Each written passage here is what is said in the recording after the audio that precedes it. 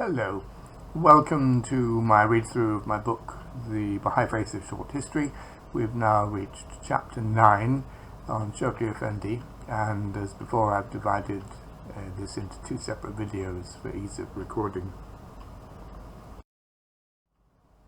The chapter is divided up into several sections. We'll cover the first two in the present video on Shoghi Effendi's life and work and writings and translations, and then go on to the others in the second video. So, to the text. Shoghi Effendi Rabbani was the eldest son of Abdul Baha's daughter, Ziya Khanum, and Mirza Hadi Shirazi, a member of the extended family of the Bab's mother. Shoghi Effendi was born in Akka on the 1st of March 1897, the eldest of Abdul Baha's 13 grandchildren, and named in the latter's will as his successor when he was still a child. He was apparently a boisterous but sensitive child, and was enormously attached to his grandfather. Educated at first at home, with the other children in the household, he was later sent to Catholic schools in Haifa and Beirut, where he was very unhappy, and then to the Syrian Protestant College, the predecessor of the American University in Beirut, which he enjoyed, spending his summer holidays as one of his grandfather's assistants. He gained an arts degree from the college in 1918 and became Abdul Baha's chief secretary. Then, in 1920, he went to Oxford University, Balliol College, where he studied political science and economics, and also sought to perfect his English so as to be better able to translate Baha'i literature into that language. He was still in the midst of his studies at Oxford when summoned to return to Haifa at the news of his grandfather's death. The terms of Abdul Baha's will were explicit. Shoghi Effendi was to be the guardian of the cause of God, the Vali Amrullah, a title immediately reminiscent of the Shi'i Imams. He was the centre of the cause and the sign of God on earth. All should show him their obedience, submissiveness, and subordination. He was also to be the head of the as yet unelected Universal House of Justice, and with it was under the unerring guidance and protection of Baha'u'llah and the Bab. As with the House of Justice, obedience to him was the same as obedience to God, and opposition to him the same as opposition to God, meriting divine vengeance. If they were worthy, the firstborn of his lineal descendants should succeed him as guardian. The original line of succession, indicated in Baha'u'llah's Book of Covenant, was put aside, Abdul Baha's half-brother, Muhammad Ali, having been cut off from the holy tree as a result of his misdeeds. The early years of Shoghi Effendi's guardianship up to the early 1930s are characterized by two dominant themes: the establishment of his own position as centre of the Baha'i cause, and the systematization and extension of the Baha'i administrative order. For the vast majority of Baha'is, Shoghi Effendi's accession was greatly welcomed.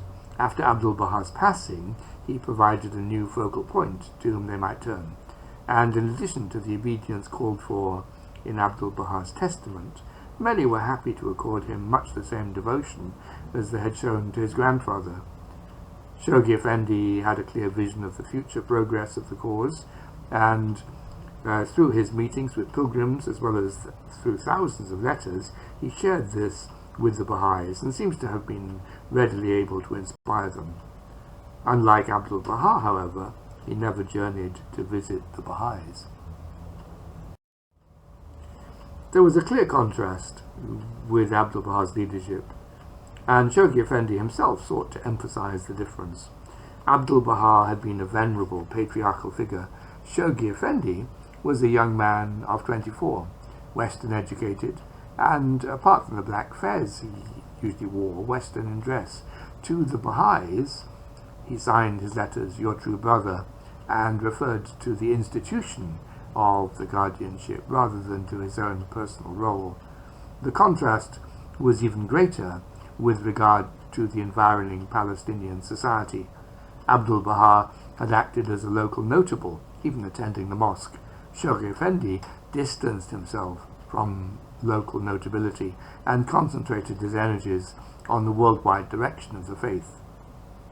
Shoghi Effendi's youth and the contrast between his style of leadership and that of Abdul Baha drew some negative responses, although their extent is difficult to judge.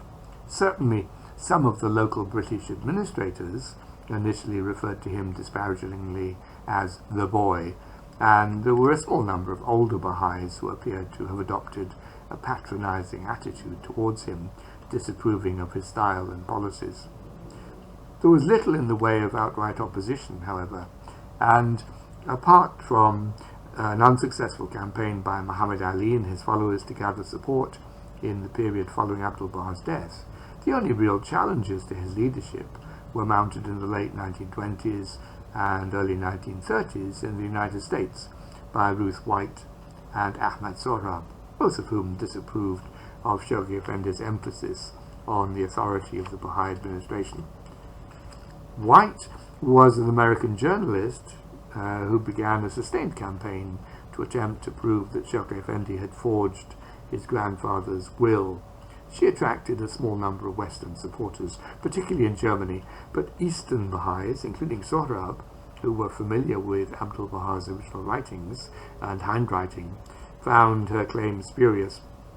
For his part, Sohrab objected to the policies of the new American National Baha'i Assembly and founded his own organization, the New History Society, also called the International Caravan of East and West, two further elements of the Baha'i teachings. Neither White nor Sohrab were able to gain many followers. Shoghi Effendi himself took a number of years to come to terms with his appointment as guardian. He faced a mass of work and many problems in his new role.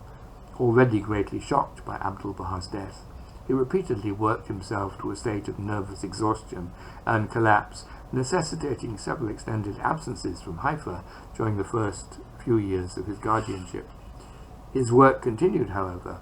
In addition to his extensive correspondence, over 17,500 letters by him or his secretary collected to the date of when I wrote this book, which involved detailed monitoring of the situation of all Baha'i communities, he was able to complete a number of translations of Baha'i literature, mostly the writings of Baha'u'llah, organize responses to attacks on the faith in the Middle East, and pursue his plans for regularizing Baha'i administration, and for the global expansion of the faith, and for the development of the Baha'i World Center in Haifa, Akka. Shoghi Effendi's personal life was generally uneventful and was largely subordinated to his work as guardian. The problem of securing sufficient secretarial support to help with the ever-growing mass of correspondence was only really resolved in the 1950s, by which time Shoghi Effendi had long since adjusted to a pattern of unremitting hard work when in Haifa, interspersing this with summer breaks during which he visited Europe in the early years, usually going to the Swiss Alps, and on two occasions travelling through Africa from south to north in 1929 and 1940. He enjoyed good relations with the official representatives of the British and later the Israeli administrations, and apart from the possibility of Nazi occupation during World War II and the troubled period during which the new state of Israel was being established, there was no external threat to his position or his work. And apart from White, Sohrab, and a few isolated individuals in Iran, there was no significant opposition within the faith. In 1937, he married Mary Maxwell, the only daughter of two North American Baha'is. The couple had no children, but Ruhir Khanum, as she was soon titled, became his helpmate and constant companion until his passing in 1957. During the 1940s, a conflict developed between Shoghi Effendi and many members of his extended family, his brother, sisters, cousins, and aunts, partly because of their contacts, including marriage, with covenant-breaking members of Baha'u'llah's extended family. All were eventually excommunicated by him. Now let's turn to his writings and translations. Shoghi Effendi had originally gone to Oxford to perfect his English in order to serve as a translator of Baha'i literature. He retained a great love of the English language, together with a mild Oxford accent, and was as comfortable in his use of English as the Persian and Arabic of his childhood. He also spoke French. Although the vast majority of his writings are letters, mostly in Persian or English, he found time during his guardianship to complete a number of translations, as well as to write one book, a lengthy history of the faith, called God Passes By, published in 1944. Shoghi Effendi's letters range from routine correspondence dealing with the activities of Baha'is in various parts of the world to lengthy monographs addressing specific themes. Some of the letters dealing with routine matters were written on his behalf by a secretary. These he then read through, often adding a personal postscript offering encouragement or direction. To date, 15 volumes of the English language letters have been published, collections of more or less routine letters to the American, Canadian, Alaskan, British, German, Indian, Australian and New Zealand Baha'is, together with monograph letters on the world order of Baha'u'llah, the teaching of the Baha'i faith, the advent of divine justice, and Baha'u'llah's proclamation to the rulers in the promised days come. Published copies of other letters are found in various compilations. Some of his letters to the Iranian Baha'is have also been published in the original, but these are generally difficult to obtain, and few have been translated.